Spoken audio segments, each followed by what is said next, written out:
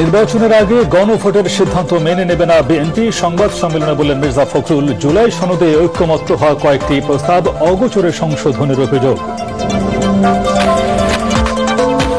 ফেব্রুয়ারিতে জাতীয় নির্বাচন চাইলেও কোনোভাবেই একই দিনে গণভোট মানবে না জামায়াত ইসলামী। সংবাদ সম্মেলনে বললেন আব্দুল্লাহ তাহের। 5 দফা দাবিতে সমমনা 8 দলের ইসিতে স্মারকলিপি।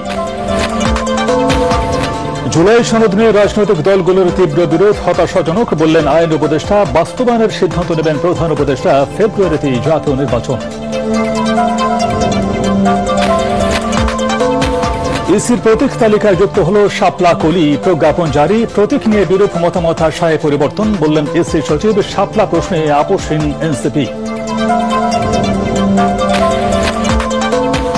অন্তর্বর্তী সরকারের উপদেষ্টারা দেশকে বিপদের দিকে ঠেলে দিচ্ছে অভিযোগ মাহমুদুর রহমান মান্নার। জুলাই সনদের গণভোট নিয়ে তর্কে জড়াবে না এনসিপি বললেন নাসির উদ্দিন পাটোয়ারি।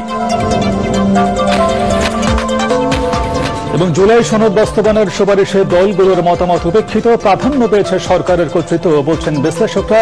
রাজনীতিতে নতুন সংকট সৃষ্টির আশঙ্কা।